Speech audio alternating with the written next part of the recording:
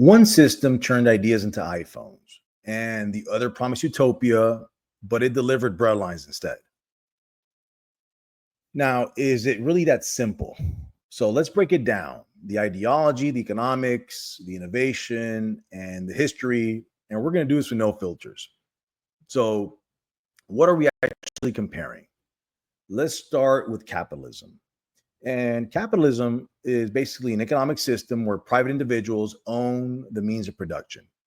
And this is based on free markets and voluntary exchange and profit motive. And of course, innovation is rewarded through risk taking and competition. Now, if we look at the polarity of this, it would be socialism. So, this is a system where the means of productions are owned by the public. This could be either collective or through the state. And wealth is distributed based on need, not market demand. Now, the aims of socialism is to eliminate inequality by central planning and redistribution. Now, the extreme or the polarity of socialism would be communism, which is basically an extreme form of socialism. This is where you get a stateless, classless, moneyless society. And in theory, a totalitarian state seizing full economic control is trying to achieve quote unquote equality. Now, we got to look at the numbers because numbers don't lie. So look at productivity, poverty, and progress. So we measure that through GDP per capita. So you look at the year 2023, the United States was a capitalist nation. Their GDP per capita was $80,000. Now, if you look at their closest socialist neighbor, which would be Cuba, their GDP per capita average around $9,000 or $9,500 to be exact. And we could also look at examples like the Koreas, North and South Korea. So North Korea, which is communist, or I think at this point just an authoritarian state, their GDP per capita was $700. And South Korea, which is capitalist, their GDP per capita was $35,000, which is significantly more than North Korea. Now, capitalism lifted over 1 billion people out of poverty. This is according to the World Bank between the years 1990 and 2020. And it, effectively did this through free trade and entrepreneurship, especially in countries like China in the post 90s, where, it was where they partially embraced a free market. And this is essentially due to the innovations of Deng Xiaoping, which was known as a reformer in China. Now, if you look at the WIPO, the top 10 most innovative systems or nations in the world are all capitalist or a mixed market economy, if you will. So you can look at, for example, the US, Switzerland, South Korea, Sweden, Germany, places like this. Now, capitalism doesn't necessarily guarantee success, but it does permit it. Now, we also have to look at the innovators, or the creators versus the planners, if you will. So we could look at people like, for example, Henry Ford. He basically revolutionized manufacturing. He raised wages, he slashed costs, and he made cars accessible to everyone, right? He basically democratized the car. Then, of course, we have Steve Jobs, right? Another controversial figure. He didn't just hoard wealth. He built an ecosystem of jobs and apps and industries. And then, of course, we have, the Elon Musk and Jeff Bezos and Thomas Edison and Andrew Carnegie. And say what you want about these men, but they created millions of jobs directly and indirectly. Wealth under capitalism isn't just accumulated, it's circulated through production. Now, if we look at the planners or planned economies, we could use the USSR, the Soviet Union, for example. What did you get with the Soviet Union? Famines, inefficiency, black market, censorship. And of course, there was no innovation because it was basically stifled by central planning. We could look at, Mao Zedong's China when he did the Great Leap Forward, which caused, massive famine and over 45 million deaths.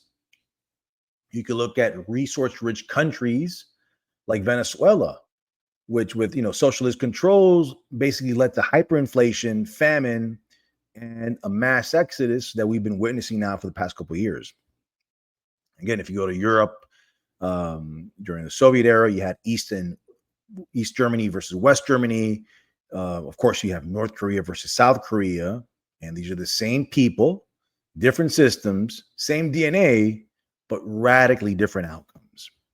Now, we have to look at the traps of both systems because no one system is perfect. So let's look at some of the pros and cons, if you will. So for capitalism, right? It incentivizes hard work, creativity, and risk taking. And you have, consumer choice, and you have a dynamic economy.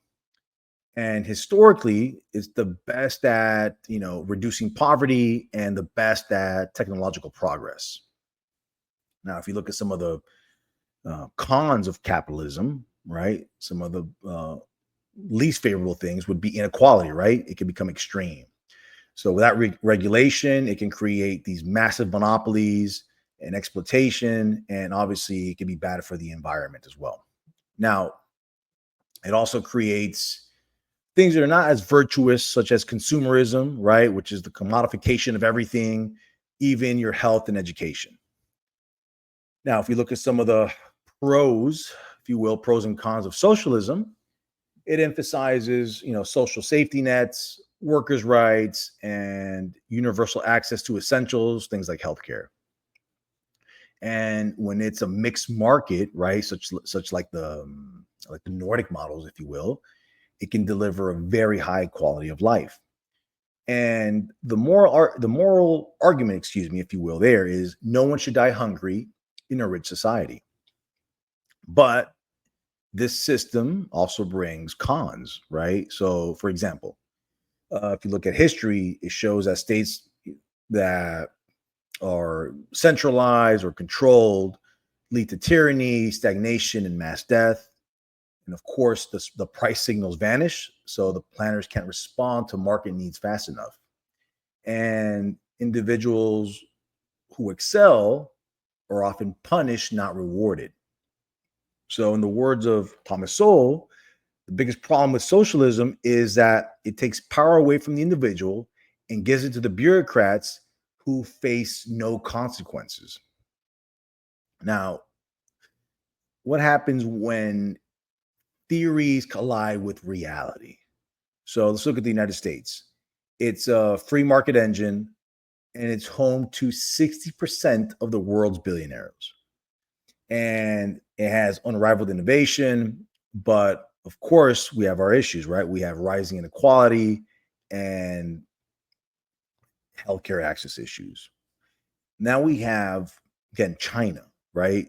It's basically communist in name, but capitalist in practice since, again, Deng Xiaoping's reforms. And he lifted, excuse me, 800 million people out of poverty, but at the cost of course, an authoritarian surveillance state with capitalism. Now, we could also look at the Nordic countries like Sweden and Norway. And these are often, I think, misguided or mischaracterized uses of the word socialist, right? So, use some examples.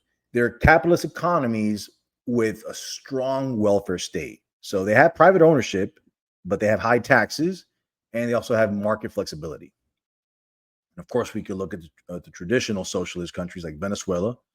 Again, oil-rich nation that was destroyed by socialist mismanagement. Right? They have price controls, expropriation.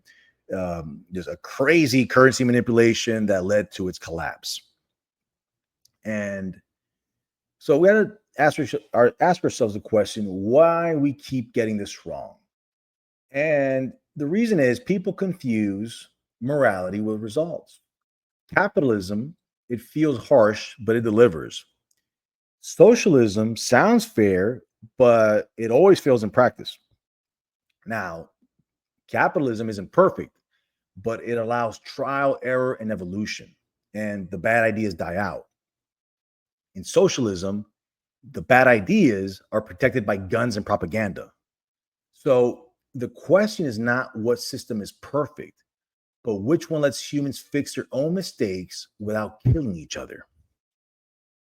Now, The best systems blend, in my opinion, free markets with moral safety nets.